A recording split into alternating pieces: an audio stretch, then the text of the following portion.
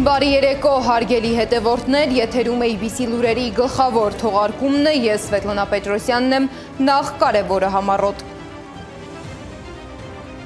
Թուրքիայից բարձր մակարդակի այց Հայաստան, ով է Էրդողանի փոխարեն մասնակցելու ԵՄԳ գաղտնաշողովին։ Վլադիմիր Զելենսկիի այցը Երևան արդեն քննարկումների առիթ է դարձել, ինչ ազդեցություն կարող է այն ունենալ տարածաշրջանային անվտանգության վրա։ Ադրբեջանը սրում է հարաբերությունները եվրոպական կառույցների հետ, դադարեցնելով կապերը Եվրախորհրդարանի հետ։ Սա նոր քաղաքական խաղի սկիզբ է, թե արդեն ձևավորվող ճգնաժամի նշան։ Բաքուն շարունակում է արդարացնել Արցախի մշակութային ժառանգության ոչնչացումը։ Հիկմետ Հաջիևը նոր կադրեր է հրապարակել Շուշիի Սուրբ Ղազանչեցոց եկեղեցուց։ Դոնալդ Թրամփը սպառնում է դուրս բերել ամերիկյան զորքերը Եվրոպայից։ ԱՄՆ-Եվրոպա տարաձայնությունները Իրանի հարցում կարող են վերածվել անվտանգության լուրջ ճգնաժամի։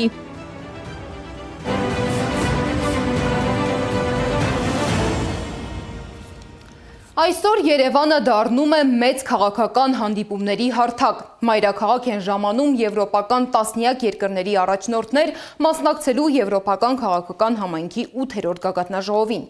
Չնայած հրավերին, Թուրքիայի նախագահ Էրդողանը չի այցելի Երևան։ Անկարան կներկայացնի փոխնախագահ Ջևդեթ Յիլմազը։ 2008 թվականից նախագահ Աբդուլլահ Գյուլի այցից հետո սա կլինի Թուրքիայի ամենաբարձր մակարդակի առաջին այցը Հայաստան։ Հրավերն ընդունած հյուրերի ցանկը աստիճանաբար հստակեցվում է։ Եվրոպական քաղաքական համայնքի գագաթնաժողովի շրջանակում վաղը Երևան է ժամանելու նաև Ուկրաինայի նախագահ Վլադիմիր Զելենսկին։ Պրահայից հայտնում են, որ արդեն նշանակված է նրա հանդիպումը Չեխիայի վարչապետ Անդրեյ Բաբիշի հետ։ Սա կլինի Ուկրաինայի նախագահի առաջին այցը Հայաստան։ Անցած շաբաթ Զելենսկին Ադրբեջանում էր, որտեղ առաջարկել էր Բաքուն դիտարկել որպես ռուս-ուկրաինական բանակցությունների հնարավոր հարթակ։ Մոսկվան սակայն մերժել էր այդ առաջարկը։ Ինչպես է մեկնաբանում Զելենսկիի այցը քաղաքագիտական շրջանակը, լսենք։ Բավականին բարդ եւ բազմաշերտ իրավիճակ է, քան առաջին հայացքից այդ հակադրությունների վրա տրվող գնահատականները։ Ռազմավարական իմաստով մենք տեսնում ենք, որ Ռուսաստանը պարբերաբար Երևանին այսպես կարմիր գծերի մասին զգուշացնում է։ Հիմա նախընտրական այս շրջանում մենք տեսանք որոշակի աննախադեպ կոշտությամբ եւ ձևակերպումներով զգուշացումներ եւ նաեւ որոշակի քայլեր ենք տեսնում, որոնցով Մոսկվան ըստ ամենայնի գործնականում փորձում է ցույց տալ, որ ամենևին լոկ խոսքեր չեն իր զգուշացումները եւ եթե Հայաստանի իշխանությունը այսպես գնա բացարձակ ոտնահարելու ճանապարհով Ռուսաստանի հետաքրքրություններն ու շահերը եւ բավարարի եվրոպական շահերն ու հետաքրքրությունները, այդ դեպքում կլինեն արդեն բավականին ծանր հետևանքներ։ Սա է ընդհանուր պատկերը եւ այս պատկերում Զելենսկին ես կարծում եմ ավելի շատ հենց մեդիա ուշադրության թեմա է, քան ինչ որ բուն իմաստով նշանակալի թեմա։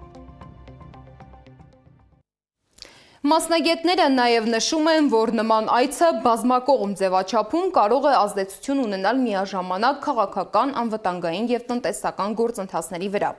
Զելենսկիի այցը ինչ ազդեցություն կարող է թողնել Հայաստանի վրա, նախորդին էինք ռեպորտաժ պատրաստել։ Զելենսկիին սպասում ենք Հայաստանում։ Նիկոլ Փաշինյանը այսօր հայտարարեց, որ Եվրոպական համայնքի գագաթնաժողովի շրջանակում բացառված չէ Ուկրաինայի նախագահի այցը Հայաստան։ Եվրոպական քաղաքական համայնքի բոլոր անդամներին սպասում եմ, այո, ներառյալ Ուկրաինայի նախագահի։ Զելենսկին սովորաբար հայտնվում է այնտեղ, որտեղ հակառուսական տրամադրություններ են շրջանառվում։ Հայաստան այցի դեպքում այդ հարթակը կլինի Եվրոպական քաղաքական համայնքի գագաթնաժողովը։ Ուկրաինայի այս ակտիվությունը ըստ փորձագետների միայն դիվանագիտության մասին չէ։ Եթե Զելենսկին որոշի գալ Հայաստան, սա նաև կլինի Ռուսաստանին ուղերձ, որ Ռուսաստանը այլևս չի տիրապետում իր նախկին, ասենք, ազդեցության գոտիներին եւ որ Զելենսկին այլ գոտիներ ցանկալի արծե։ Որքան էլ տարօրինակ թվա, Զելենսկիի հնարավոր այցից մեծապես Նիկոլ Փաշինյանն է տուժելու, պնդում է քաղաքագետ Վահե Հովհաննիսյանը։ Վտանգը մեծ է, որ Զելենսկին Հայաստանում կդառնա գլխավոր դերակատարը։ Նա իր պատերազմով ու իր կերպարով Եվրոպայի համար ավելի հետաքրքիր օբյեկտ է լինելու, ում շուրջ էլ պտտվելու է գագաթնաժողովը, բայց սա միակ վտանգը չէ։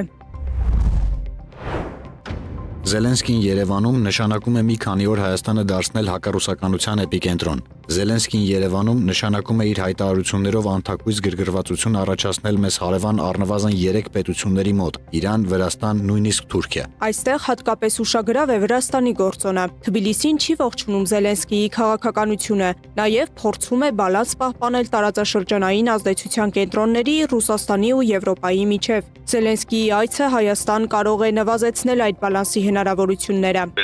Ես կարծում եմ, որ Վրաստանը բացական վերաբերմունք կարող է ունենալ, նաև հաշվի առնելով, որ Ուկրաինայի եւ Վրաստանի միջև հարաբերությունները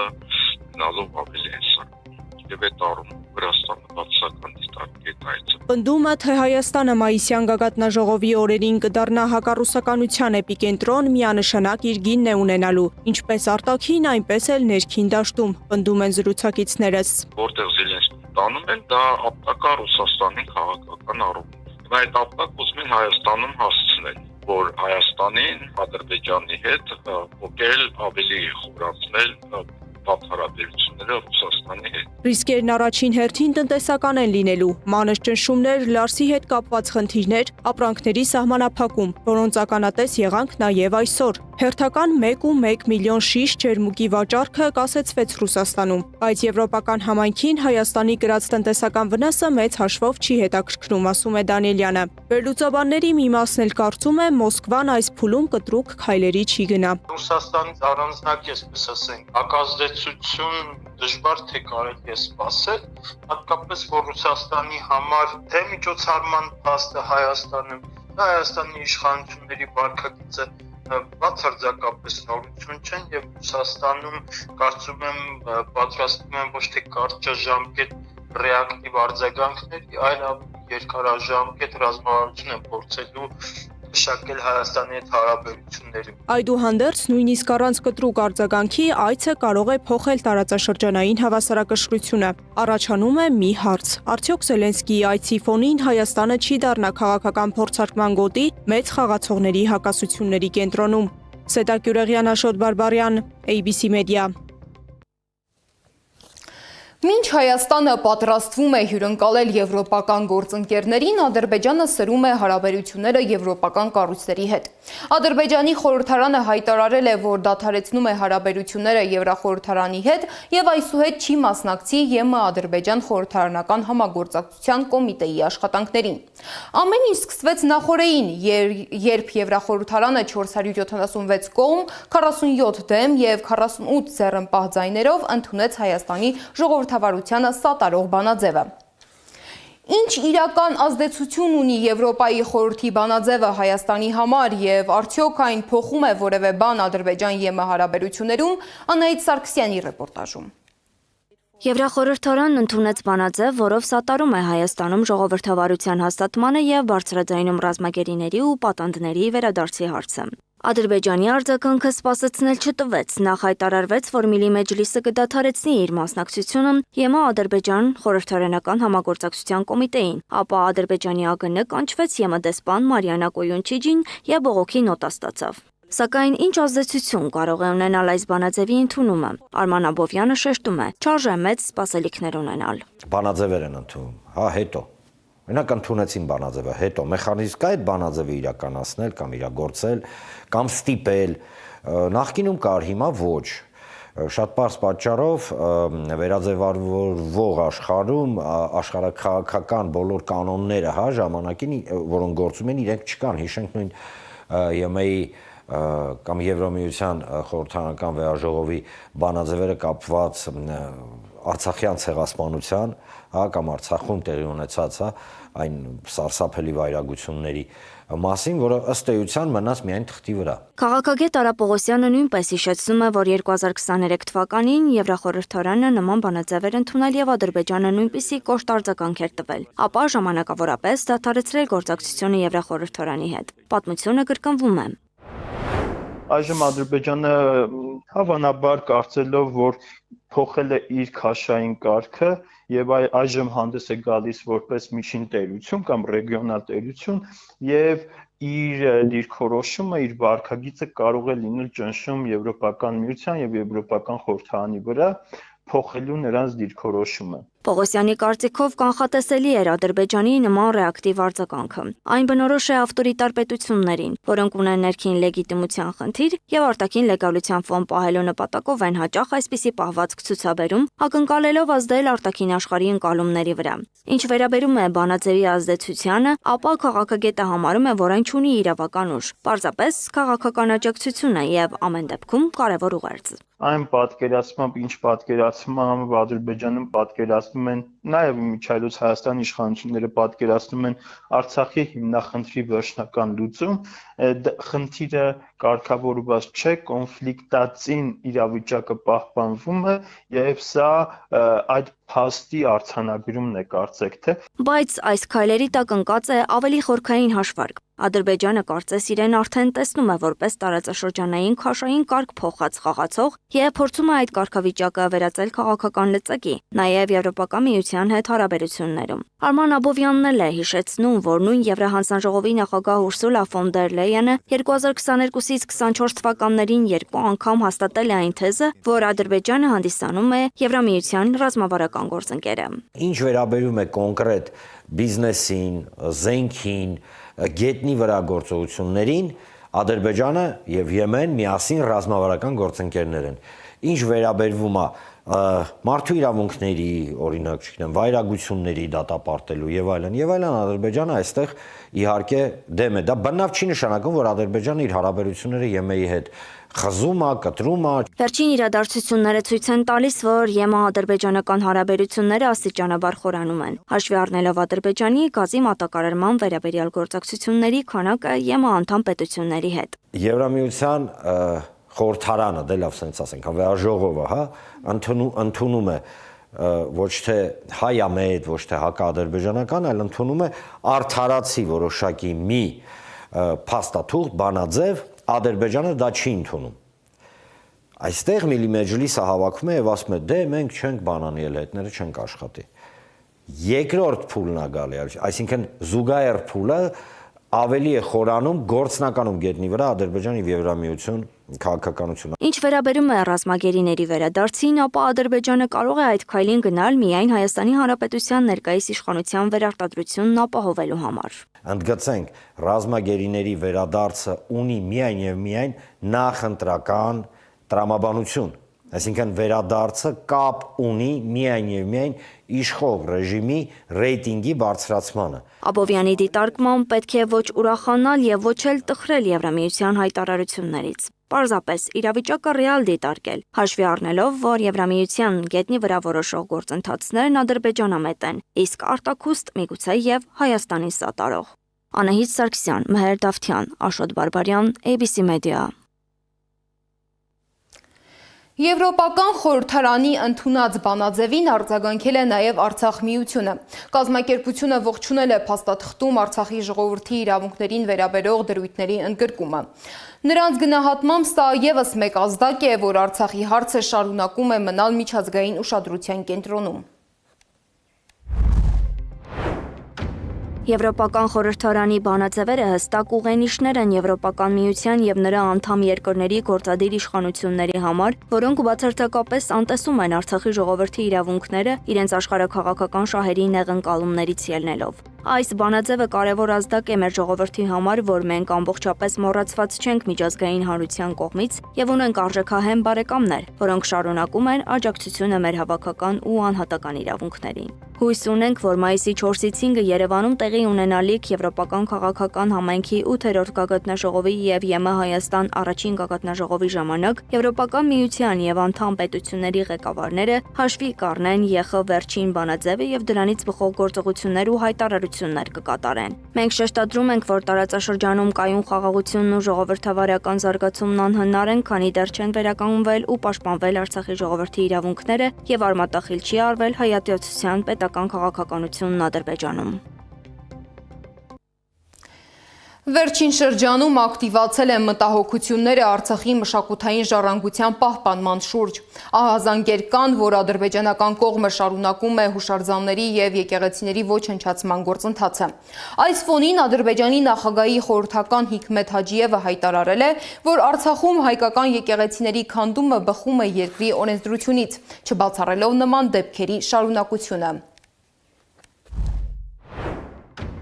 Ադրբեջանը այդ տարածքներում իրականացնում է լայնածավալ վերականգնողական և շինարարական աշխատանքներ, և այդ շրջանակներում քայլեր են ձեռնարկվում օկուպացիայի ընթացքում անօրինական կերպով կառուցված որոշակի կառույցների վերաբերյալ։ Այս տարածքների քաղաքաշինության սկզբունքների և Ժնևի կոնվենցիաների համաձայն օկուպացիայի ընթացքում օկուպացիոն ուժի կողմից իրականացված շինարարական նախագծերը, որոնք խախտում են երկրի սեփականության իրավունքը և ինքնիշխանությունը, համարվում են անօրինական։ Նման նախագծերի և դրանք քաղաքաշինության ընդհանուր պլաններին համապատասխանեցնելը անհրաժեշտ պայման է։ Մեր երկիրը քայլեր է ձեռնարկում այդ ուղղությամբ։ Եվ կարծես Ստեփանակերտի եկեղեցիների քանդումը արդարացնելու համար Ադրբեջանի նախագահի օգնականը պատվիրակություններ է տարել Շուշի և տեսանյութ հրապարակել Ղազանչեցոց եկեղեցուց, թեև այդ եկեղեցու տեսքը էլ առաջվանը չէ։ The doors here were the other pieces of church were intact. It was the firm decision of His Excellency Mr. President Ilham Aliyev that after the returning Մշակութային ժառանգության շուրջ հայտարարություններին արձագանքել է նաև երկրորդ նախագահ Ռոբերտ Քոչարյանը։ Նա մեծ քաղաքականություն փոդքասթի 7-րդ էպիզոդում նշել է, որ Արցախյան առաջին պատերազմից հետո հայկական վերահսկողության տակ գտնվող տարածքներում որևէ ադրբեջանական մզկիթ չի վնասվել։ Շուշին ազատագրելուց հետո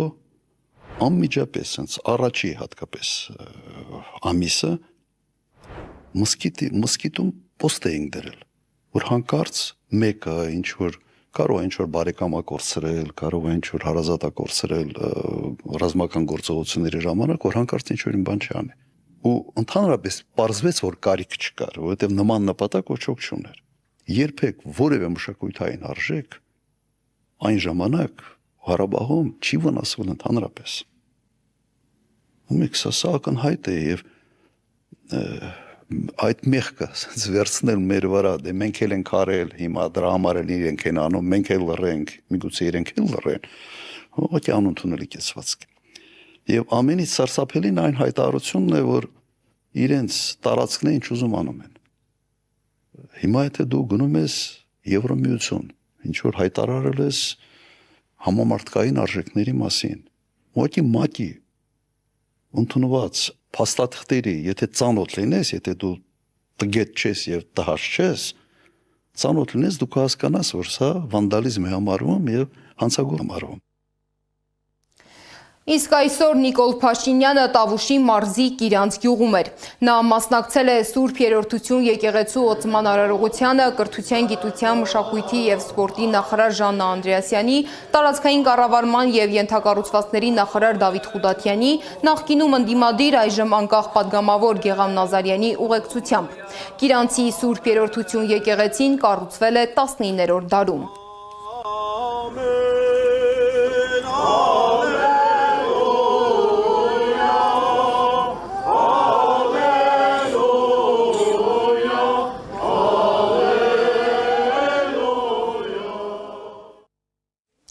Սուրբ Երրորդությունը օծում էր Հայկազուն Սրբազանը։ Իդեպ Հայկազուն Սրբազանի նկատմամբ մեղադրանք կա առաջադրված Մասյացոտնի թեմի նախկին առաջնորդ Կարգալույծ Գևորգ եպիսկոպոս Սարոյանի գործով դատական ակտը չկատարելու հիմքով։ Օծման արարողությունից հետո Փաշինյանը ներկայացրել է եկեղեցու կառուցման ընթացքի մանրամասները։ 2023 թվականին կառավարության որոշմամբ միջոցներ հատկացվեցին 64 միլիոն դրամ եկեղեցին վերականգնելու համար եւ այսօր տեղի ունեցավ եկեղեցու օծումը Հայաստան-Ադրբեջան պետական սահմանից ընդամենը 30-40 մետր հեռավորության վրա եւ Կիրանցի բնականաբար սահմանազատված հատվածում եւ Սա շատ խորհրդանշական եւ կարեւոր քայլ է։ Հիշեցնեմ, որ 2024 թվականի սահմանազատումից հետո հայ-ադրբեջանական սահմանը հասել է Կիրանցի կենտրոն։ Գյուղը ներառվել է սահմանամերձ բնակավայրերի ցանկում, որտեղ մուտքը հնարավոր է միայն հատուկ թույլտվությամբ։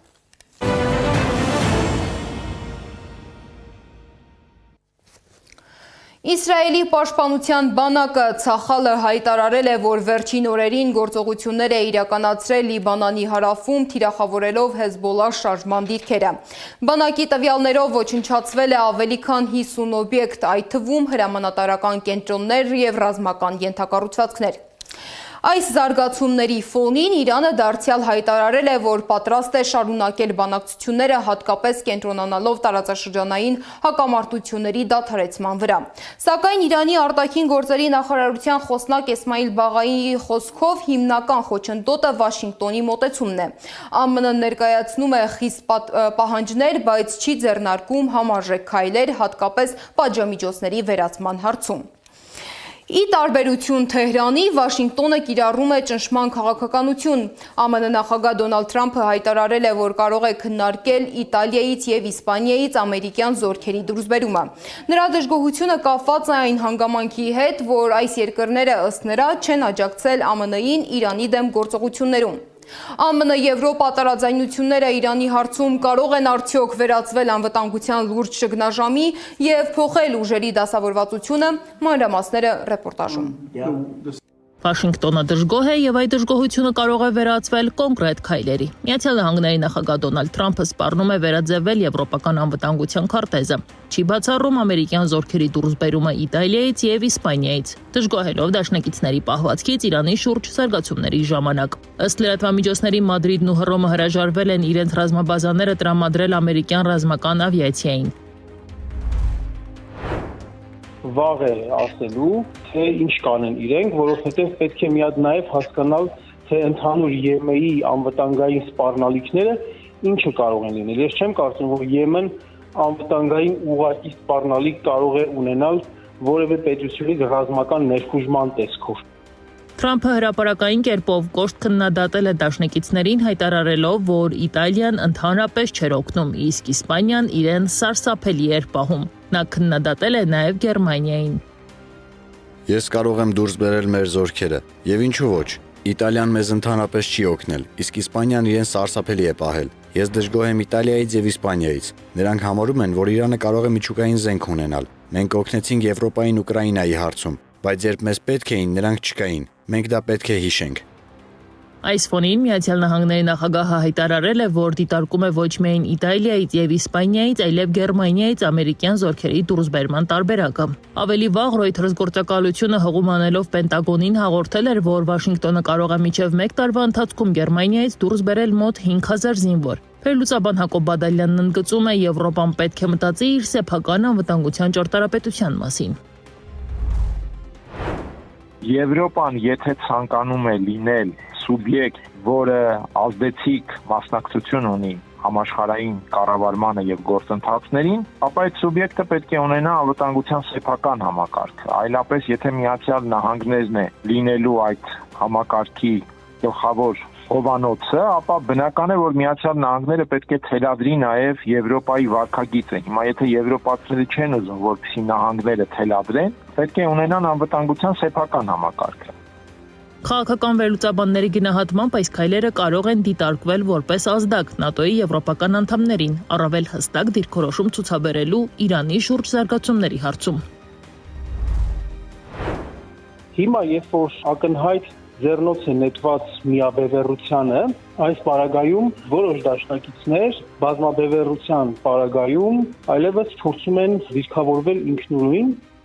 Միաժամանակ Վաշինգտոնը ակտիվացնում է համագործակցությունը Մերձավոր Արևելքում։ Միացյալ Նահանգների պետդեպարտամենտը հաստատել է 8.6 միլիարդ դոլարի զենքի վաճառք իր մի շարք գործընկերներին՝ Քաթարին, Իսրայելին, Քուվեյթին, Արաբական Միացյալ Էմիրություններին։ Պաշտոնական հայտարարության համաձայն այս գործարքները համապատասխանում են Միացյալ Նահանգների ազգային շահերին, չեն փոխում տարածաշրջանային ուժերի հավասարակշռությունը։ Նահանգների ուշադրությունը ավելի շատ նույնիսկ որքան էլ տարօրինակ չհնչի, կարող է գնալ դեպի Աֆրիկա, քան Եվրոպա, որովհետև Աֆրիկայում կան ռեսուրսներ, իսկ հիմա ռեսուրսների համար պայքարն է առանցքային դառնում։ Միաժամանակ ըստ փորձագետի մշտապես արդիական է մնում հեռավոր Ասիան, հատկապես Չինաստանի գործոնի համատեքստում եւ այդ ուղղությամբ եւս Միացյալ Նահանգների ուշադրությունը կարող է աճել։ Ինչ վերաբերում է բուն զորքերի հնարավոր տեղաշարժին, ապա մասնագետները շեշտում են, որ դա միանգամյա կամ կարճաժամկետ գործընթաց չէ։ Զորքերի վերանայումն ու տեղափոխումը սովորաբար երկարաժամկետ, տարիների ընթացքում իրականացվող գործընթացներ են։ Իսկ հարցը, թե Թրամփի քայլերը կարող են ազդել Միացյալ Նահանգների վստահելիության վրա դաշնակիցների աչքերում, փորձագետի գնահատմամբ վաղուց է քննարկվում Վաշինգտոնի արտաքին քաղաքականության համատեքստում։ Բայց նաև նահանգները իր այդպես համաշխարհային ուժով այնպիսի կատեգորիա է, որ վստահեն թե չվստահեն, միևնույն է հաշվի են առնելու եւ հաշվի են նստելու նահանգների գոյության հետ։ Եվ ընդհանրապես կարծում եմ, այդպես վստահությունը առավել եւս այս ժամանակաշրջանում միջազգային քաղաքականության մեջ վաղուց կատեգորիա չէ։